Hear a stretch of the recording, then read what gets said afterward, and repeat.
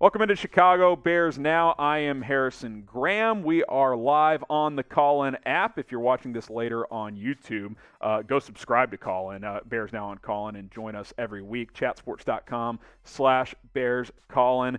It's an app where we go live, answer all of your questions, and talk back and forth, and of course explore the latest Bears news and rumors. So we're going to answer some calls here. We will start with Tim Crowley, who is on the line. Tim, welcome in. Whenever you're ready, you can unmute yourself and we can talk some Bears football. What's up, Tim? Bottom right-hand corner, Tim. Got to hit that mic button. All right, Tim's not ready to go, so we will go to – Can you hear me? Oh, Tim, you just tried to talk. Too little, too late. Hop back in the caller queue. Eric, you're on the line. Whenever you're ready to go, we will answer your question. Go ahead, Eric. Hey, Harrison, how's it going? Hey, what's up? Hey, first just wanted to say I'm a big fan of the show.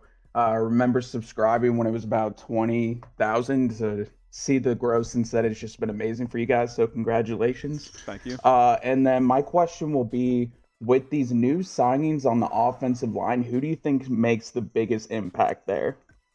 I'll go Riley Reiff because I think tackle, especially if he plays left tackle, we'll see which spot he plays. I just think it's more critical, especially with the young quarterback protecting, these crazy edge rushers that we see in today's NFL. Obviously, Schofield will have an impact, assuming he does win that starting job at right guard, but I just think that's a lower leverage spot. So I will go Riley Reiff. That feels significant. They paid him up to $12.5 million. Schofield was a vet minimum deal, so I think it's pretty clear, in my opinion, that Riley Reiff feels like the big signing here and the big addition to the offensive line. All right, appreciate it, Harrison. Have a good one. All right, appreciate it, Eric. What do you guys think? Will Riley Reiff or Michael Schofield have a bigger impact on the Bears' offensive line? Type R for Reiff or type S for Schofield. All right, we're going to go to Patrick, who is next up in the caller queue. Patrick, welcome in. Mic button in that bottom right-hand corner allows you to speak whenever you're ready. Good morning, Harrison. Congratulations on your trip. I'm glad you were able to go. Thank you. Yeah, it was a good time, man. Really good time. I got two questions. Well, one statement and one question. Okay. Now, the statement is, I believe when the Bears tried to do that move years back, Mayor Daley put it in a law where they can go, but they could no longer be considered the Chicago Bears. And the actual question is, based on the talent that the Bears have brought in, a lot of those guys have played behind some really good wide receivers.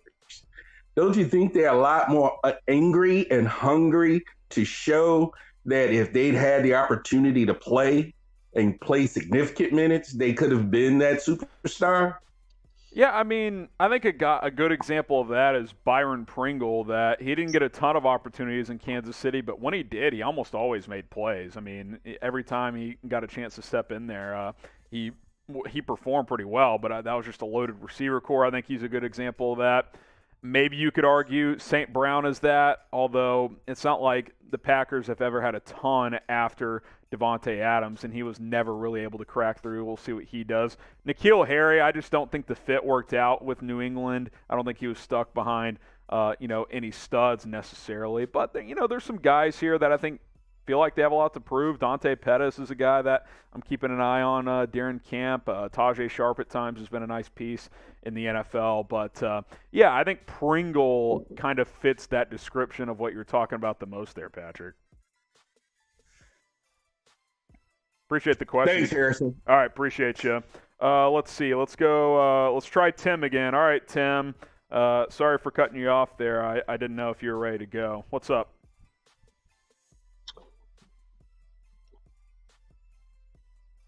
Oh, Tim? I don't know. This could be a two strikes you're out. Can you hear me, Harrison? There you Harrison? go. There you go. Okay, sorry about that. New phone, it keeps asking me for like 2 permissions every time I do this. So apologies. Anyways, my question would be, with Teven Jenkins, do you think it's possible that they don't consider him a perfect scheme fit? He wasn't considered very athletic coming out. He's not a second level guy. So is that possible? What do you think is the problem? It is possible.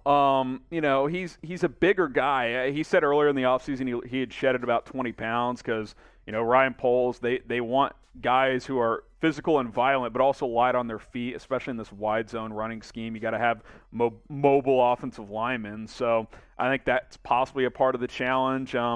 Maybe the back issues, that second one that he had last year, maybe he just isn't the same guy. He's not as flexible. Hard to say. But I'm interested to see how things shake out in these first couple weeks at camp, because I'm not closing the door on Teven Jenkins. Now, obviously, the signing of Riley Reiff takes up one of the 2 tackle spots, barring an injury or something unforeseen. But I think Jenkins, Borum, and maybe Braxton Jones will all compete for that final spot, whether it's left or right tackle. I'm guessing right tackle, but we'll have to wait and see. But yeah, it's possible scheme fit doesn't work for him. Larry Borum, same deal. He had to shed a bunch of weight because he was a bigger offensive lineman as well. So I think there's going to be heavy competition there, and I think the signing of Riley Reiff really should, kick a fire into these guys. They may not believe in us right now, so we got to prove these guys wrong. So we'll see how those guys perform. Okay, thank you for your time, man. All right, Tim, appreciate it. Make sure you guys are hitting that subscribe button if you're listening on the Callin app. We got looks like about 30 people live right now. Preseason's almost here, so we're going to do some live post-game shows during the preseason, so that'll be your opportunity to join us. And if you're watching on YouTube, chatsports.com/BearsCallin is the link to go to. Download the app on iOS and Android to join us as well. All right, George Culver is next up here as he joins the show. George, welcome in. What do you got for me? And you got to unmute yourself in the bottom right-hand corner. Hit that mic button. George? Don't make me switch on you, George. All right, I'm going to have to go elsewhere. The Bears fan, he knows what to do. What's up, man? Welcome back to the program. Whenever you're ready, I'm ready to go. What's up? You guys are so Oh, you ready? You there? Says you're unmuted. Hey, can you hear me? Yeah, I got you now. What's up? Well, I'm going to go ahead and go on record of saying that through all the hope that we all had as Bears fans that this offensive line will be able to, take their freshmen and their sophomores and, beat up the world or whatever, obviously wasn't the case, man. I think that the coaching staff said, we're going to give these kids a shot. And it's like that montage in the movies, man, where they give this just sorry team a chance in a compilation and they just can't do anything right. I think that's what happened. So they went out and signed some stuff. When I saw Riley Reiff, I'm happy. I've seen him play for a couple of years, man. He's solid. Yeah.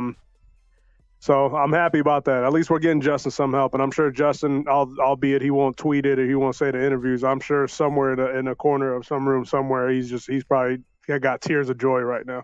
Yeah, so, what I want to. Sorry, go ahead. Go ahead, bud. Well, I'll rebuttal, then you can say your next thing. I was just going to say, I think it's one of those deals where this organization can still be excited about some of these young offensive linemen, but still kind of recognize, okay, all the guys we drafted this year were in the 5th round or later, might be asking a lot for 1 or 2 of those guys to start. And if we want to get at least a somewhat proper evaluation of Fields, probably makes sense to get some guys up there that have at least done the job before. So I think both could be true, but I feel a lot more comfortable with the offensive line over the last 36 hours than I did, 2 days ago. No, definitely with Whitehair, with Schriff, I think that's his name, Schriff, with this guy, and with Lucas Patrick. You got a lot of experience sitting there, so I'm feeling a lot better. My question for you, so I can get off the line and let these other guys go in. Roquan Smith, I think his contract is going to be 5 years, $97 million, with probably about $50 to $52 million guaranteed. What do you think? It's just under 20. That he'd basically reset the market there. I think that's fair. He's an undisputed top 5 off-ball linebacker. Maybe he's not the best. Maybe Fred Warner or Darius Leonard or Levante David, you could argue, is better. But Roquan's right there. He's worthy of being a top 2 or 3 highest paid guy, and I think you pay him now, make him the highest paid, and a year from now he's probably third or fourth highest paid. That's how it goes. So I think that would be a fair contract for both sides. For sure. Have a good one, brother. Got to get back to work. All right, man. Appreciate you tuning in as always. How much money do you guys think Roquan Smith will get? Predict his contract down below. I'll say 5 years, $100 million with over $60 guaranteed. That is my prediction. Give us your Roquan Smith contract projections right now. All right, we're going to go ahead and go to Danger here. Danger, welcome into the show. What do you got for me, Danger? What's up? Oh, all right there. What's up?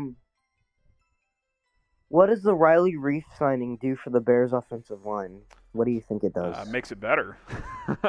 It does. Yeah, I mean, I think what it does is it allows these young guys to continue to develop. It gives Justin Fields a proper veteran tackle that he knows he can trust. And it creates one less question mark on the offensive line. Now, we don't know at this exact moment if he'll start at left tackle or right tackle, but I'm assuming it's going to be left, and then there will be competition at right. And then, left tackle or right guard are kind of finalized, I think. I think it'll go Riley Reiff at left tackle, Cody Whitehair at left guard, Lucas Patrick at center, and then Michael Schofield at right guard, and then Teven Jenkins and Larry Borum and maybe Braxton Jones will compete for right tackle. That's kind of where I feel this is going, and I think that's a lot better sounding than it was just a couple of days ago.